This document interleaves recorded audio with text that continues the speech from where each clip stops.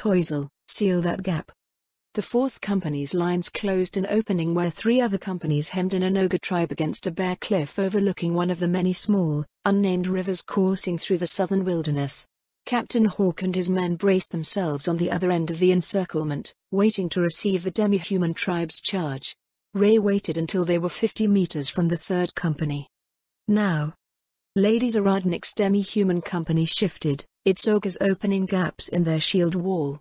13 trolls rose from where they were hiding behind the makeshift barrier, charging into the encirclement and smashing straight into their opponent's flank. The enemy tribe immediately buckled under the onslaught, their advance turning lopsided. Only the far end reached Captain Hawk's men, who came together to confront them. Lances? Swords? No, we just beat things to death with sticks. The unsophisticated, yet deadly attacks of savage demi-humans were always something that Imperial Knights had to be mindful of, but it felt strange to be on the delivering end. Against similarly unsophisticated opponents, basic tactics and brute strength were all that one required. Ray shook his head as two ogres went arcing through the air from a single blow of her champion, a mountain troll who went by the name of Ook. The flying ogres nearly buried a few of Captain Hawk's heavy infantry at the end of their flight. "Hawk, you're in too deep. Give those demis some space." It was certainly an element that the Imperial army lacked.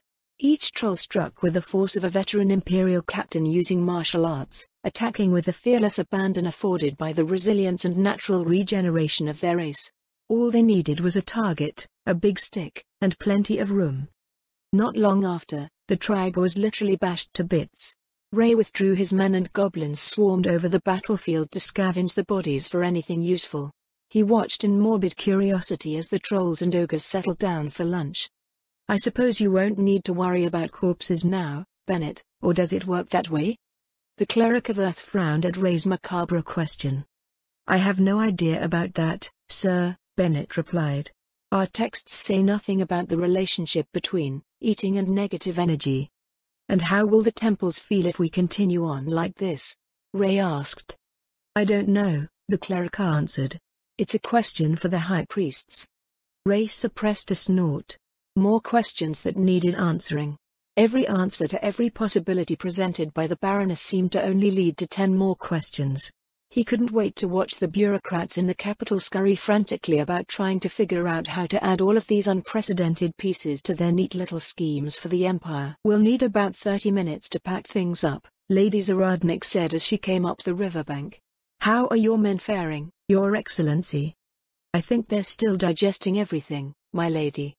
"Not funny," Bennett said. "For my part," Ray smirked, "I can see that they're well suited to these environs. Far more suited than humans. Operations in the wilderness would benefit from having a contingent like this for each division." "But what about after?" Bennett asked. "Do we just release them back into the wild?" Lady Zaradnik raised an eyebrow, crossing her arms as she leveled her cool gaze at the cleric. "That doesn't seem like a civil answer, Priest Bennett. Humans who render valuable service to the Empire receive official honors, yet demi-humans who do the same are simply discarded after you use them. My lady, surely you don't mean that the Empire should honor them for this? Give them lands to live in like distinguished Imperial Knights." "Ook and his tribe are my subjects, Priest Bennett. The Empire can't have them." Bennett's face twisted into a mix of confusion and horror. You don't mean to keep them, do you?" "Of course I do," Lady Zaradnik replied. "I'm taking them home with me after this and they will be granted territory for their service. I don't have any mountain trolls on my land, so I'd like to start a colony of them. Maybe I'll have a troll town one day." Never mind incorporating existing demi-human populations into her fief, she was importing them. How did she plan to manage so many different races? "While the military applications of the demi-humans you've taken in are clear," Ray said, "Bennett's concerns are still relevant. We must still consider how honors are distributed to the men. Those who join the expeditionary army expect to be rewarded for their efforts and every soldier at least retires to a pension set aside for them. The central administration will also demand that the acquired lands be utilized as efficiently as possible. Every square kilometer left undeveloped is a square kilometer not turned to taxable industry." "Is that truly required?" Lady Zaradnik asked. "Do you mean to flatten every hill and mountain, fell every forest and fill every marsh?" The alternative is rising levels of poverty and starvation, he answered. Or wars of expansion to prevent it. Even if you continue expanding, the Baroness told him, you will eventually run out of unclaimed territory. Maintaining your current rate of growth will result in mass poverty, starvation and war nonetheless. In the event of war, which form of the Imperial Army will be stronger? It seemed a rhetorical question, but only to those who already recognized the utility of specialized demi-human contingents. Many Imperial citizens, and even nobles who should know better, seemed to believe that the Imperial Army was some abstract value that pit itself against other abstract values representing their enemies. As the vast majority of Imperial citizens were not familiar with strategic and tactical realities and would never need to be, this would unfortunately always be the case. Compounding the problem was the sense of identity fostered by the Empire's monolithic institutions and propaganda. The idea that one was the citizen of a nation rather than a member of a village or the vassal of a noble was a relatively foreign concept as far as countries went. This sense of identity was powerful as it could unify people beyond immediate and practical concerns, but it also resulted in all sorts of stupidity even in its nascent stages. While it was not specifically exclusive of other races, the Empire's identity was distinctly a human one. Furthermore, it promoted human merits, applied human-centric solutions to its problems and generally instilled pro-human biases in thought and perception. As the Empire was a human country, this was generally not seen as a problem. This same fact, however, made the sort of change that Lady Zaradnik was suggesting more difficult than she probably thought. Even if the Empire started taking steps on the road to change, the idea of leaving lands undeveloped for demi-human habitation felt impossible to implement. In times of peace and stability like those which lay ahead of the Empire, the desire for economic growth would overshadow strategic concerns. There was no sovereign of unquestionable authority who would impose harmonious coexistence upon the Empire as the Sorcerer King had in the Sorceress Kingdom, nor was the Empire filled with leaders like Baroness Zaradnik. If a soldier is being honest about it, Ray said, he will likely agree that they give us options previously unavailable to wholly human armies. However, it is the Court Council that will have the final say in how these demi-humans are integrated into the Empire, if at all. Integration is a dangerous word to use. I beg your pardon, my lady? When we use it, Lady Zaradnik said, it tends to imply that others are being made to conform to the dominant culture. But not everyone is human, nor will they ever be. Understanding the nature of other races and finding common ground to create meaningful, lasting connections will gain you more than trying to put a troll in finery. General, this is Zaid. What do you have for me? Our audience is back, sir. He turned his gaze up and to the south past the dragoon captain loitering overhead, but couldn't see anything in the afternoon glare. Have they tried anything? No, sir.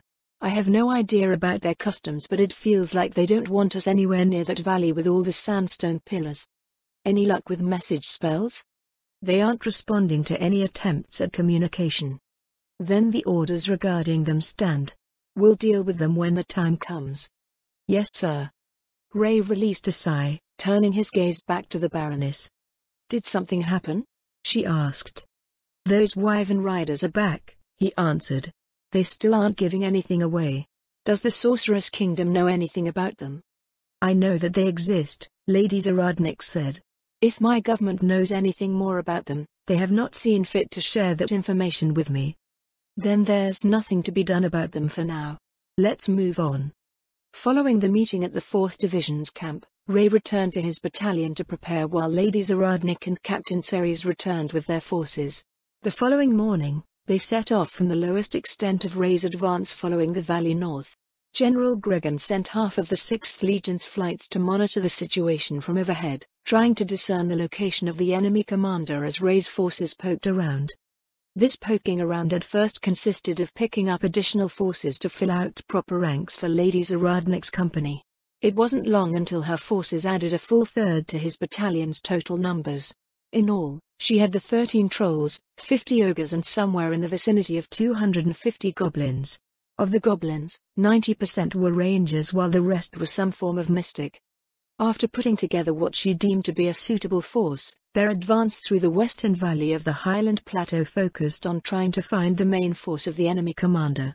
When he asked why she didn't just keep gathering forces, Lady Zaradnik replied that what she had was as much as she could feed without bogging down their movements. The logistics for the demi-human force were enviably simplistic. They simply ate what they killed, chopping up the remains of their enemies and packing them for the march. A few clerics questioned the ethics of having demi-humans fight and eat other demi-humans. The Baroness simply smiled and explained that it was not much different than a tribal migration and, in the grand scheme of things, the balance of nature was still preserved. Removing predators from an area meant that the populations of prey species would grow. This, in turn, meant that remaining predator populations would recover with the abundance of prey and things would naturally return to a state of equilibrium.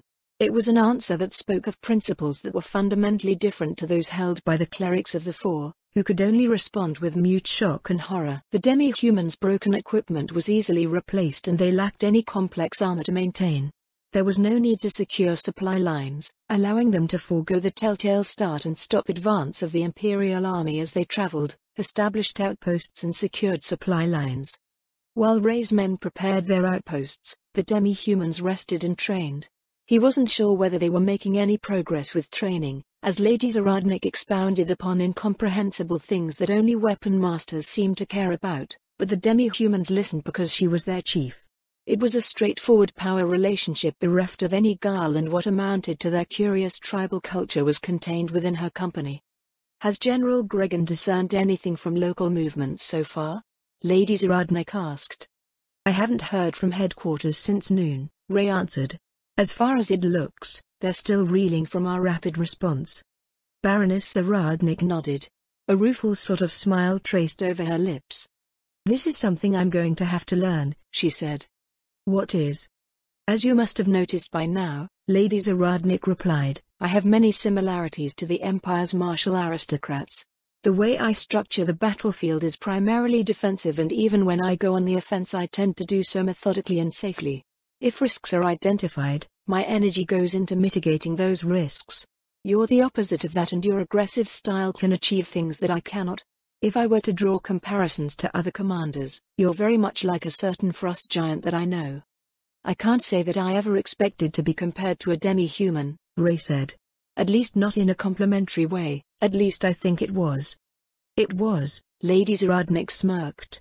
He wins 3 out of 4 field exercises whenever I get a chance to train with the Northern Army Group. Most of the time, I can only cry inside about how he's just using brute force to do it.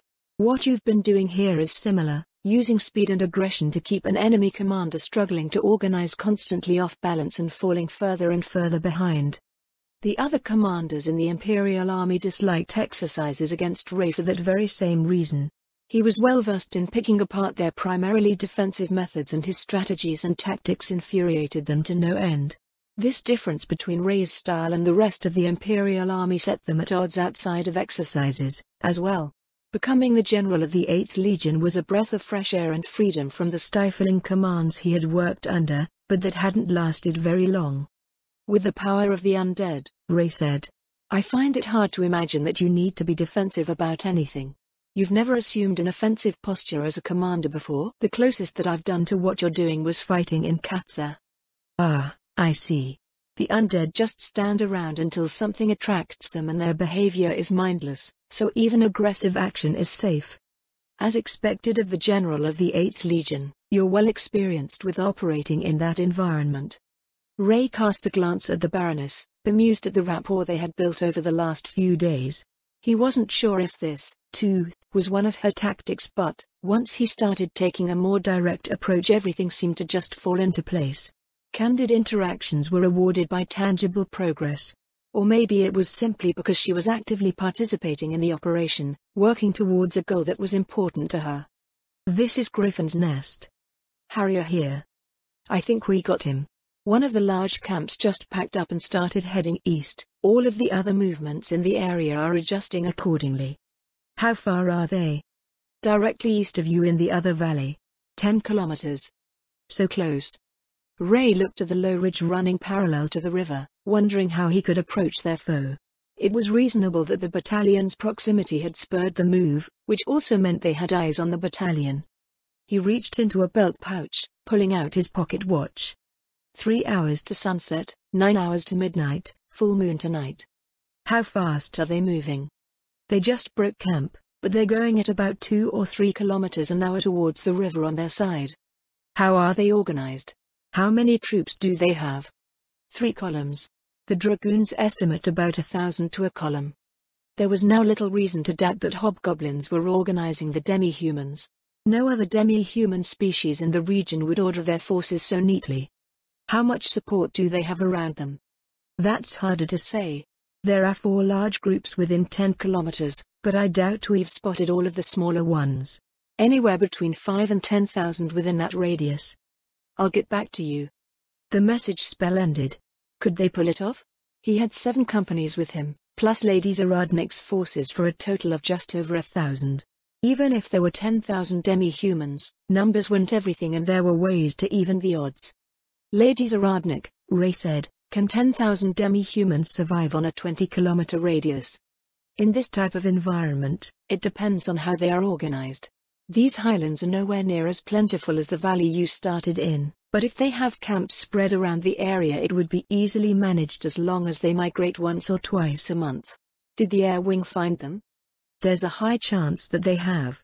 10 kilometers to the east, but they're moving away from us. The main body is in 3 columns of 1,000. Will you pursue them? I'll at least shadow them to see how they react. There's something that's been bothering me, though. The Baroness looked over at him. What is it? That mountain troll, Ook. The reports estimate him to be roughly difficulty rating 75.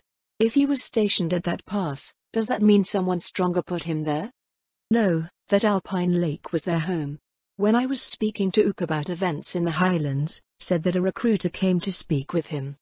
What happened? He ate the recruiter. For all of their demonstrable worth, having such powerful demi-humans around felt like a catastrophe waiting to happen. If Lady Zaradnik died, that meant Ook would be on top again and the mountain troll would do as he pleased. The Empire's usual recourse for dealing with powerful opponents was commissioning adventurers or workers. Threats beyond even adventurers would be dealt with by the head court magician. Relatively simple opponents like Ook could also be killed by the combined efforts of a legion's air wing. It was not something they had the luxury of doing at a moment's notice. However, if the Empire was to incorporate tribal demi-humans into its ranks, something else had to ensure their cooperation and loyalty, which he supposed was Lady Zaradnik's point about integration. How common are opponents of that strength? Ray asked. Common enough, Your Excellency, Lady Zaradnik answered. At least in wilderness areas that remain undisturbed by efforts at removing them. I think that a good way to approach the question is assuming that all territory is the hunting range of something. Could you elaborate on that, my lady? Consider the blister, for instance. The Viridian Dragon Lord's domain was large enough to encompass the 5 cities around her lair. But people rarely saw her and most of her hunting was done within the blister. While she responded to challenges, very few things could challenge her, so the Empire didn't have an ancient dragon plus whatever she was fighting rampaging everywhere on a regular basis. The struggles of lesser beings were beneath her notice and millions could live in her territory almost entirely unaware of her existence.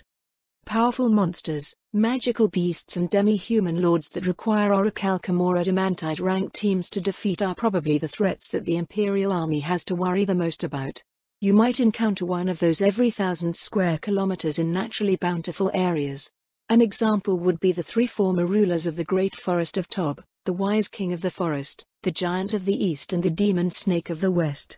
They all had territories that bordered one another and held each other in check as beings that only heroes could contend with. Below that point, what threats exist depends on what is above them and how they enforce their territorial dominance.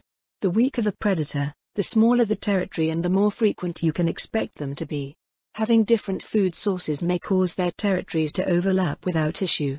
So, whenever you wander around in the wilderness like this, you should always assume that you're in a powerful being's domain. That being probably doesn't care about you until you do something that it doesn't like or you happen to be in reach when it's hungry. If that's the case, Ray said, how have we been able to maintain our borders?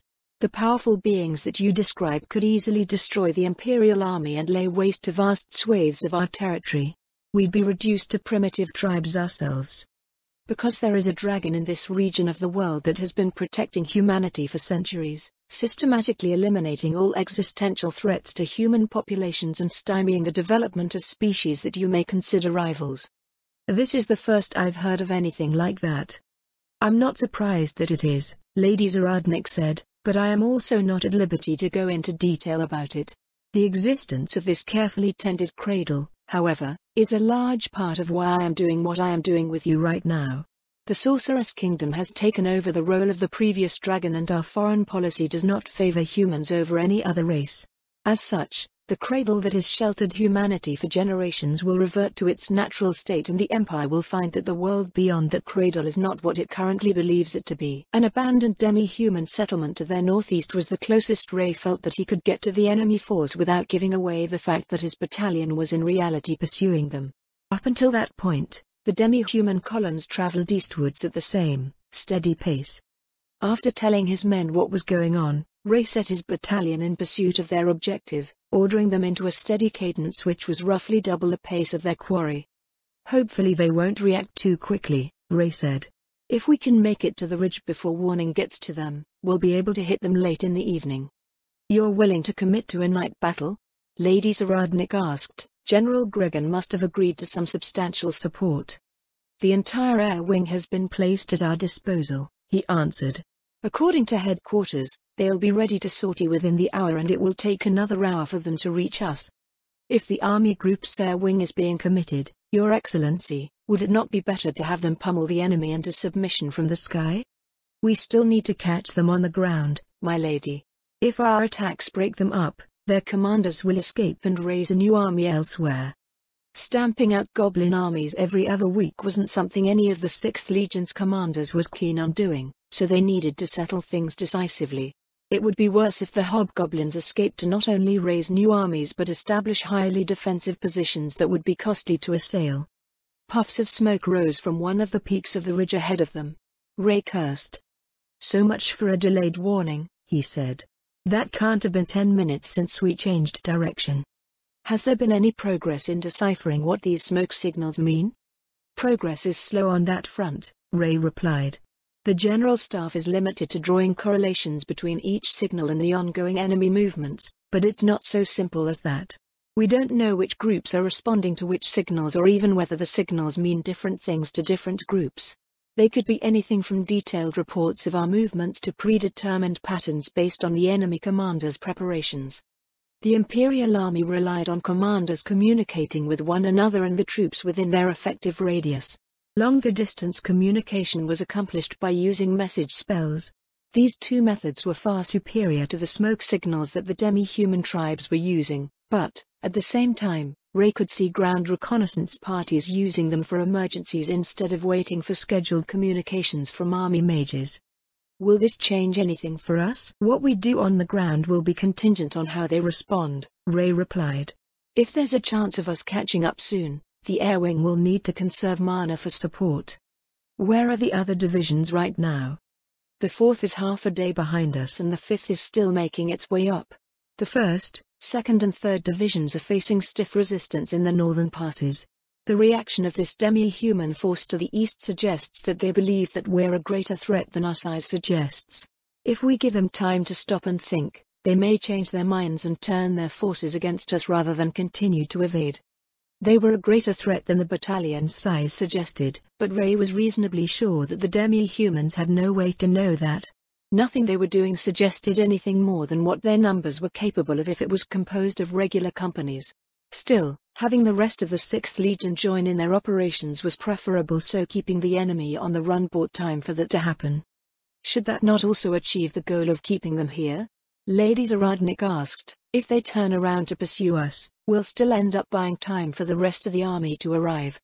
That much was true. But he didn't fancy the idea of 10,000 demi-humans chasing them through the wilderness. Being caught in a compromising situation was potentially catastrophic. If it comes to that, he said, then we'll have to humor them. For now, the initiative is theirs and we at least need to make it to the top of this ridge before finding a place to retire for the night. Otherwise, they'll be fighting from the high ground if they steal a march on us. The passage of an hour saw them over the ridge in question.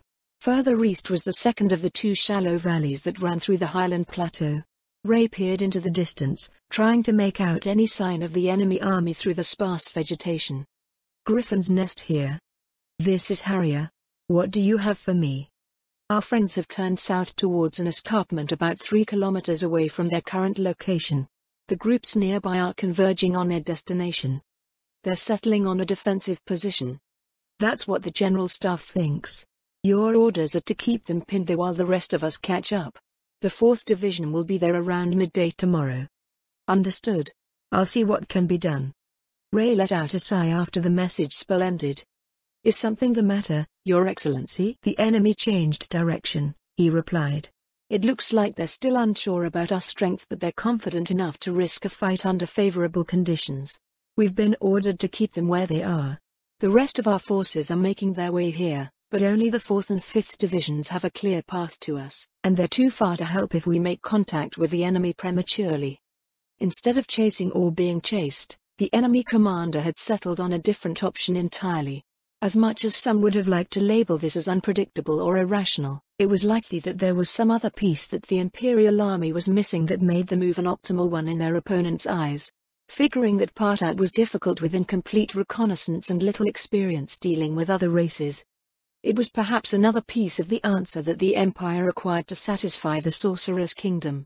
A world of unknown adversaries awaited them if they were to aggressively expand, and their ignorance of how other races thought and behaved could lead to undesirable outcomes both on and off the battlefield. If the Sorcerer's Kingdom's royal court was like any other governing body, their image in the eyes of those that they served and the world at large was just as important as raw might. A member of their hegemony damaging that image would be frowned upon severely. What is involved in keeping them where they are? The Baroness asked. We have to get close enough to punish them if they try to reposition, Ray answered, and we have to get there before they realize that there are more of us coming. It shouldn't take more than 4 hours, but we'll have to fortify our camp as well, assuming that they'll let us. You think that there's more to what they're doing? I do, he nodded. Gaining tactical advantages by settling on a battlefield of one's choosing is all well and good, but tactical victories should always be in service to overall strategy. The enemy commander has only offered token resistance to our advance so far, preferring to abandon positions in favor of preserving forces. I'm of the mind that he's been working to consolidate and organize the demi-humans of this plateau into something that can fight us on better terms, and he does not believe that they are ready yet. But the strategic gains are not clear. They were to him, however. It was something of a weakness of captains like Lady Zaradnik. They were tacticians first and strategists second. Their place in an army had them tend toward this, so commanders and generals were generally superior at broad strategy. This wasn't to say that they were incompetent when it came to strategic thinking, but their skills were such that they were better off carrying out the orders of their superiors. Whoever had dispatched the Baroness to the Empire as a liaison officer understood this fact very well. They had developed an incomprehensibly vast strategy that affected every level of the Baharuth Empire, then picked out tools that they knew would produce the results that they wanted. That they could even grasp the depth of Lady Zaradnik's involvement and its myriad outcomes served to further highlight the fact that the Sorcerer's Kingdom was not only stupendously powerful but possessed monstrously competent executives. Ray examined what he could of the landscape, formulating what he surmised to be the enemy commander's objective. Rationally speaking, he said, there is a clear strategic gain to be had here. Oh? An opportunity to eliminate the dog nipping at their heels, Ray told her. Our reinforcements are too far for a counterattack, yet we've shown our intent to pursue.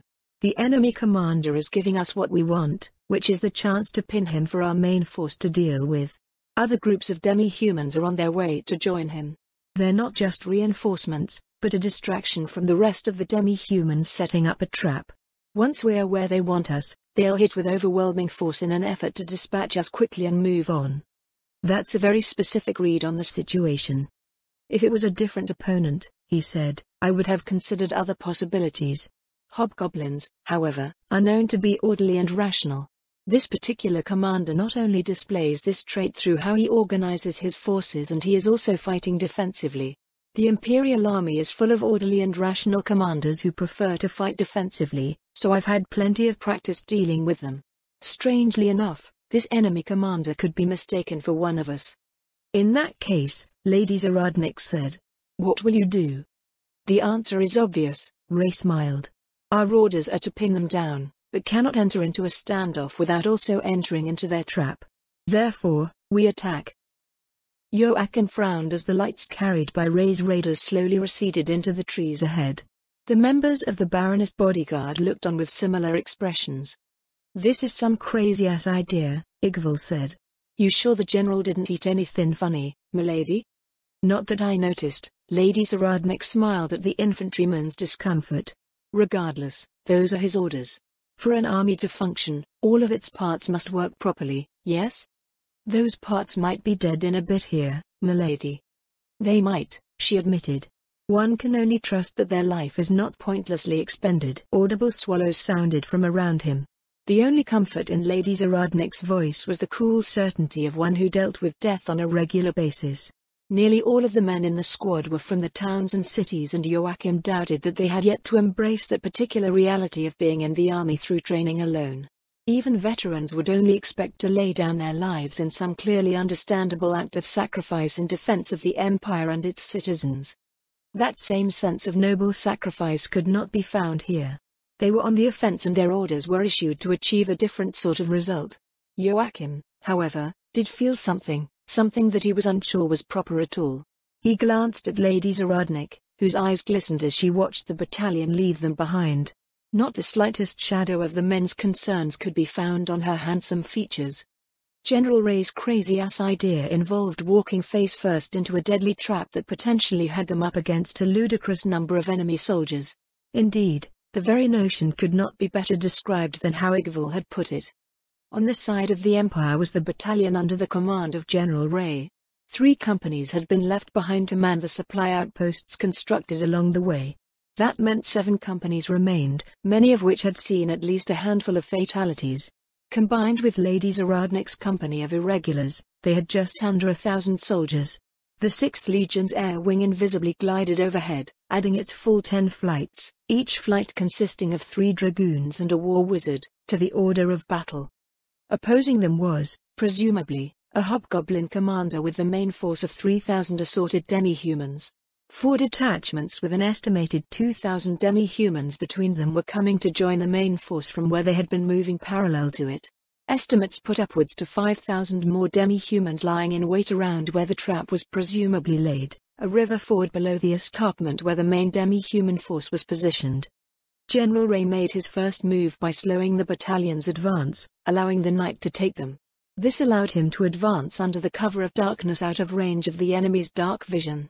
He had the human companies employ continual light spells to illuminate the way and mark them clearly for the demi-humans to see.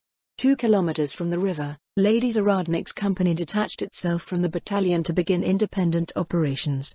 They did not carry any lighting whatsoever, instead relying on the full moon overhead. The general's plan of attack was theoretically sound. Attempting an encirclement had the effect of stretching one's forces thin and exposing each component to flanking risks. The Baroness detachment was tasked with eliminating the eastern half of the encirclement while General Ray would stray to the west as he approached the river, accidentally tripping over whatever awaited on that side.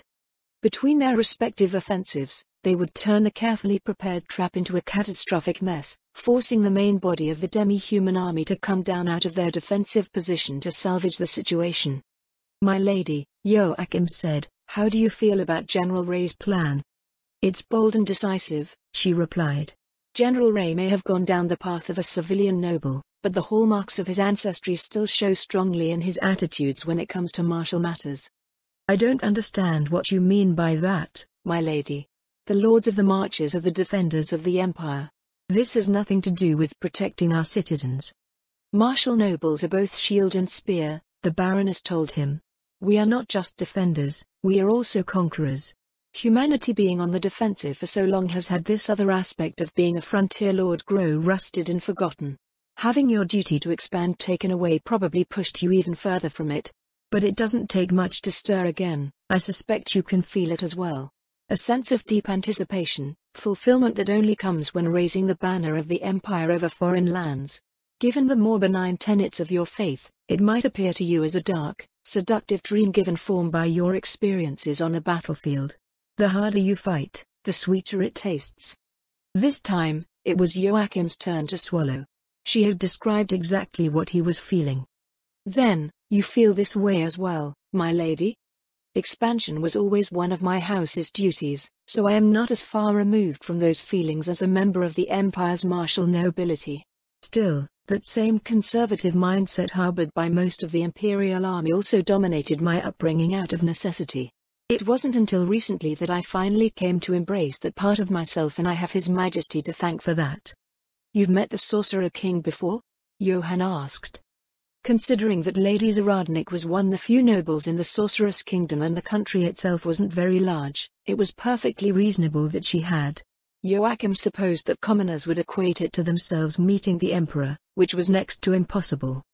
I have, the Baroness replied. What's he like? Is he really some sort of undead? He is, Lady Zaradnik smiled fondly for some reason. As for what His Majesty is like, he is a man who cares for his own. In private, he is friendly and generous, showing great love for his interests. A part of me believes that he would rather be out on grand adventures with his friends, but, as a sovereign, he must act for the greater good of his nation and those that he cares for. You make him sound like a regular guy. Is that so strange? When you take away the trappings of their station, nobles and kings are people too, even if they are undead. Joachim cleared his throat. Something inside him squirmed over the way that the Baroness portrayed an undead being who had massacred so many in a normal and even positive light. What did the Sorcerer King do that you have to thank for in this regard? He asked. I suppose you can say that he created a place where I could explore aspects of myself that had always been suppressed due to my house's former situation. If you hadn't noticed by now, I actually enjoy fighting.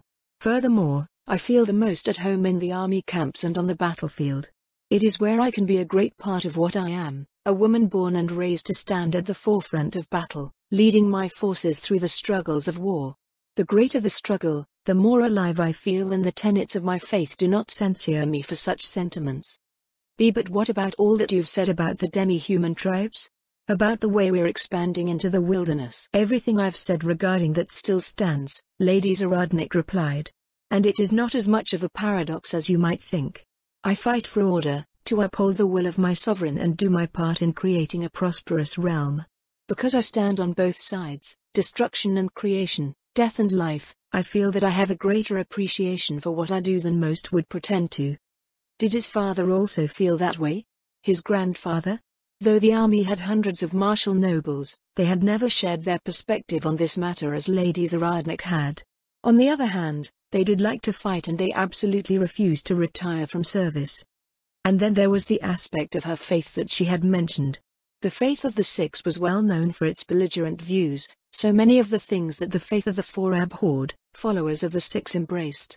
Still, she displayed an unbelievable degree of temperance in the things that she professed to love, so it may have been that there was a certain truth to her words. Joachim gave his head a shake. No, it wasn't right. Even the thought that it might be right wasn't right.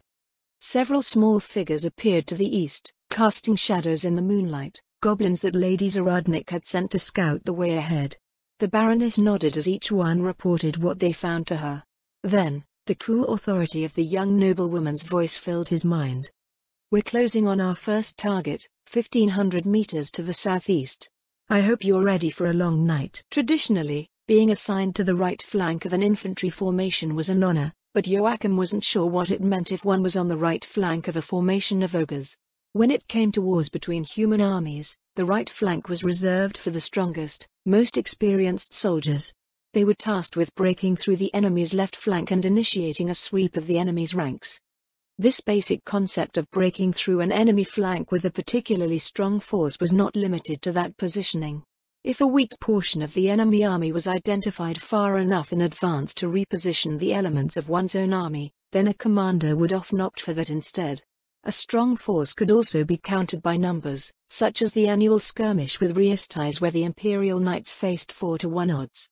There was also the odd deployment of forces in Katsa Plains, where the kingdom's Marquis Bollo placed his levy and powerful personal retinue on the left in a direct challenge to the Empire's right as a show of prestige amidst the pageantry of the annual skirmish. Many options were available to be employed by the Imperial Army to create variations on this simple, yet effective tactic.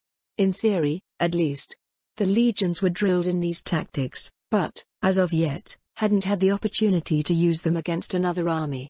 For instance, they could have their war wizards facilitate breakthroughs by focusing bombardments on a specific part of the enemy's forces.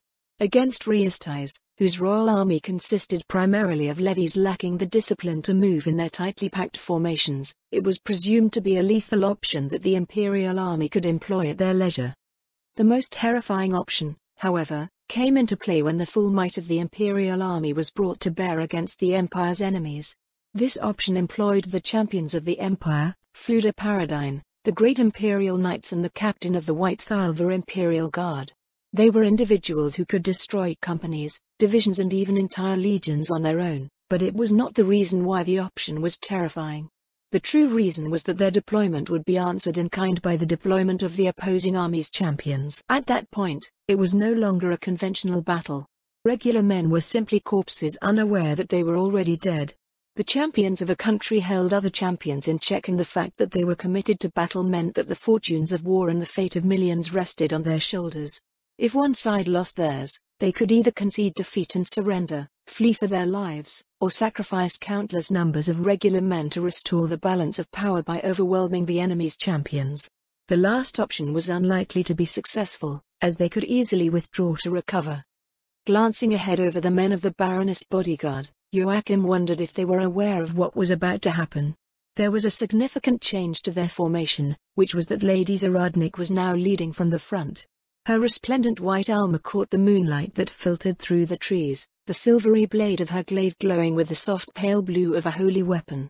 He had not noticed that attribute of the weapon before, and a part of him considered it ironic that she wielded a holy blade as the representative of an undead sovereign. Though they had witnessed her in a duel, they had not yet seen the Baroness fight in a pitched battle. Her weapon was a polearm designed for the battlefield, so Joachim could only assume that the coming night of fighting would see Lady Zaradnik fully blossom into lethal splendor. 500 meters. Double time.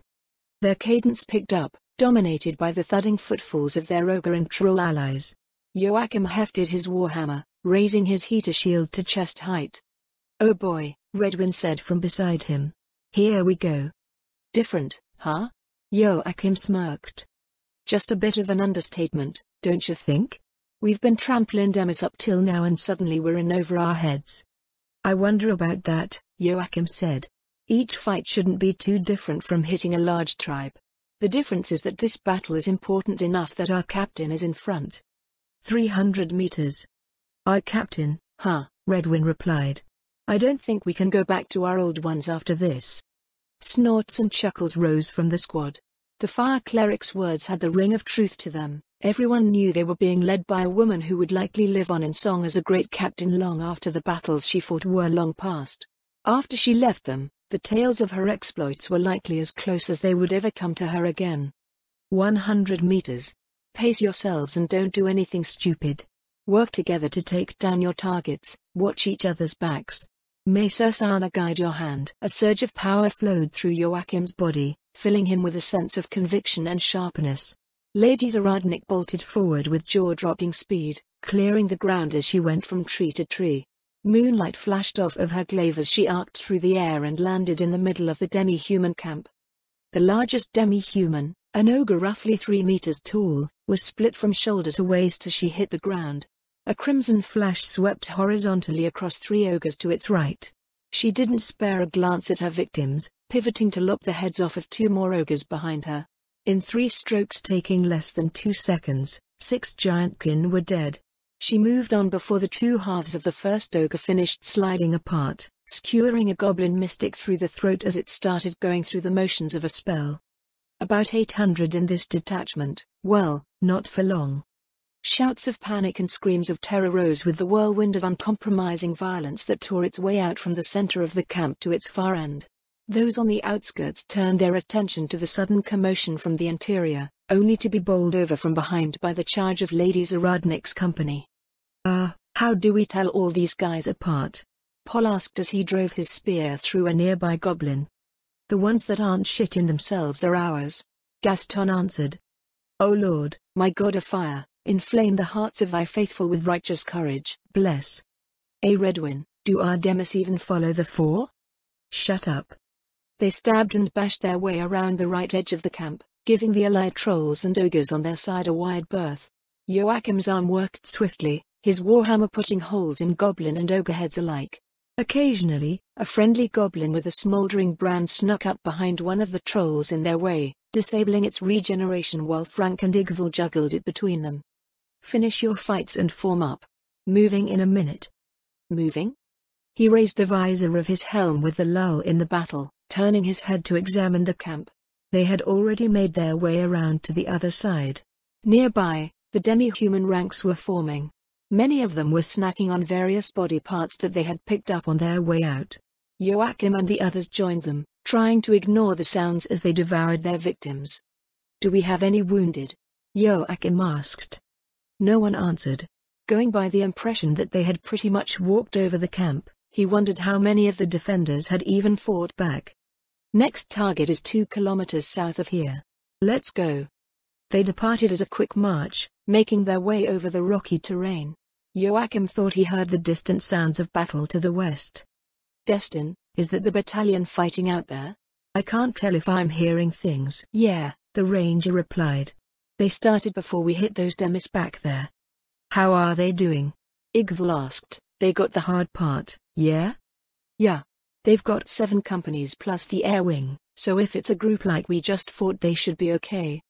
Joachim looked ahead to the figure of Lady Zaradnik as she moved between the trees like a pale spectre. Their progress slowed when they came across a brook that cut deep into the stone. The Baroness and Duke hopped over the gap with no issues, but the rest of them had to follow the chasm west until they found a stretch narrow enough to cross. Distant shouts drifted through the trees, this time closer than before. Joachim had resolved to keep track of their position, but the turns they were taking to get through the forest rapidly rendered his mental map useless. 500 meters. They've started moving, so keep an eye on where I'm going. Rangers, run ahead and start harassing that group. That crossing cost us too much time. Dark figures swarmed through the sparse undergrowth as the company's goblins responded to her orders, their shortbows in hand. He had always thought goblins chaotic and undisciplined, but seeing hundreds seamlessly flow together at the Baroness' command was swiftly changing his opinion of them. 300 meters. We're chasing them from behind, so I'll be charging at 200 meters. Angry roars sounded from ahead, which Joachim assumed was the result of their scouts harassing the warband. While the goblins' bows were limited in range and power, they employed steel-headed arrows from the battalion's supplies, shortened for their use. Another surge of power flowed through him as the Baroness started off. They were too far to make out the details of what went on after that, but the roars of anger turning into shouts of panic were informative enough. "Say," Johann said as they jogged after her, "how come that skill is so cold? My regular company captain uses it and it's always got this hot feel to it." "She does it on the regular, too," Merge added. "Captain Hawk can only do it when he's good and angry." Joachim felt like he should know the answer, but, as a cleric, he never felt the need to speak to his family about their command skills. Maybe House Zaradnik had a different way of learning them than the officers of the Imperial Army. "You guys sure are calm with us running straight into a fight," Winston grumbled. "And so am I. What the hell is this?" "It's a sergeant thing, yeah?" Redwin said. "Or a captain one." "What do you mean?" "Before the changes to the army," the fire cleric said, "my old company had the same thing going on. Once you settled in, you just got firm. Started shrugging off stuff that'd usually get you scared." A battle cry sounded to their left as Zook raised his massive staff and charged. His fellow trolls followed, steps rumbling over the ground. Their highly noticeable entry to the battle was ample warning for the demi-humans in their path, but knowing about the attack helped little.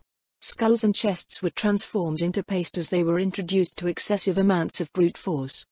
Disconcertingly, Lady Zaradnik's continued drills with the mountain trolls were showing success in instilling proper technique into the dim-witted demi-humans.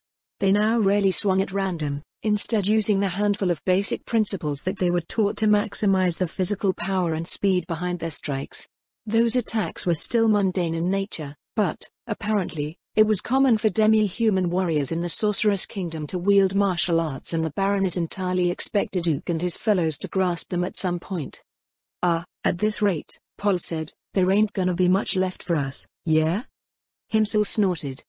"The next round of awards is gonna look weird." They waded into the thoroughly scrambled remnants of the enemy warband, searching for trolls and other notable opponents to take down. Over their time in Lady Zaradnik's demi-human company, they found that it was more efficient to engage resilient targets like trolls, which freed up their ogres and trolls to rapidly dispatch large numbers of weaker opponents. The value of their shock troopers was surprisingly high given their simplicity, adding an element to their arsenal that they realized was notably lacking in the Imperial Army now that they had become used to working with them. Finish your fights and form up. The next warband is crossing 400 meters to the southwest. Joachim's gaze went from squadmate to squadmate, trying to discern their condition. Call out if you're injured. Over here, I think I timed a fortress wrong. Frank turned and winced, gingerly lowering his shield to the ground. It took a middle cure wounds spell to restore him to nominal condition. Thanks, Ward, Frank nodded. How many more hits like that can we take? Not that you should, Joachim frowned, but we can probably get through 4 more battles like that. A flash of orange light cast long shadows through the trees as a fireball exploded to the southwest. It was followed by another, then another further to the west. 6 consecutive explosions drew a line stretching in the distance over a kilometer away. Time's up, moving out. Rangers, after we make contact with this next group, move west to support the left flank of Ray's battalion. The next warband could be seen from a distance, silhouetted by the periodic flare of fireball spells striking the main body of the advancing demi-human army beyond. Their battle with the preceding group had given them plenty of forewarning and they had turned to receive their charge. A steady rain of Imperial arrows delivered by goblin shortbows peppered the warband's massed reception, taking a grievous toll on the poorly armored tribal warriors. Lady Zaradnik landed somewhere behind them, her work going on unseen to her company on the other side. Ook and his trolls lay into the front with sweeping strikes of their staves, smashing away ogres and goblins in 2s and 5s. Despite the overwhelming assault, the sheer numbers remained a problem. There were over 1,000 directly ahead of them, reportedly 5,000 beyond and an unknown number on the far side of General Ray's battalion. The forest around the general's forces lit up and the main demi-human army closed on the distant bright spot on the battlefield. Fireballs from the war wizards overhead grew less frequent and Joachim could only imagine that they had run out of mana trying to thin out the massive force. Redwyn cast another bless spell. Despite its weak effect of slightly improving the accuracy of attacks and bolstering morale, it affected all allies within its radius, making it a highly efficient spell for large-scale warfare. There was another highly efficient battlefield spell called Prayer, which brought divine favor upon all allies within its area of effect while bringing disfavor to all enemies in its radius at the same time, but it was a third-tier spell that neither Joachim nor Redwyn could cast. The squad's cavaliers thrust their spears into the mass of enemies as they closed with the demi-human line, working as quickly as possible to dispatch them. They couldn't advance any further, however. Arrows and stones bounced off of Joachim's plate armor, tossed over the enemy line towards them as the entire front ground to a halt. I'm not sure if we should be wishing we had a wizard to fireball these demis, Redwyn said, or happy we all have the armor to deal with this crap they're throwing at us. No one had the breath to respond, arms ceaselessly working their weapons as they attempted to push through. Joachim drew back to heal Paul. Igval moved to cover them. I take back what I said about not having enough for us, the cavalier said. My damn spear feels like a whole fucking tree right now. Redwyn, Joachim called out as a stone arrow bounced off of his helm, handle fatigue on your side. I hear ya. Joachim held his hand out over Paul. Resurgence. Damn it all, Paul said, it's the slave driver spell. He supposed that it might be seen as such. The spell was often used to extend training drills in the 6th Legion. The cavalier returned to the line. Joachim went from man to man, removing the effects of their exhaustion. It cost roughly a third of his mana, but they were only just completing the first part of their battle. We need to pace ourselves better. He told them, if Redwyn and I have to do this one more time, we'll be out of mana. Joachim drew his warhammer again and the men moved aside as he once again took his position on the front.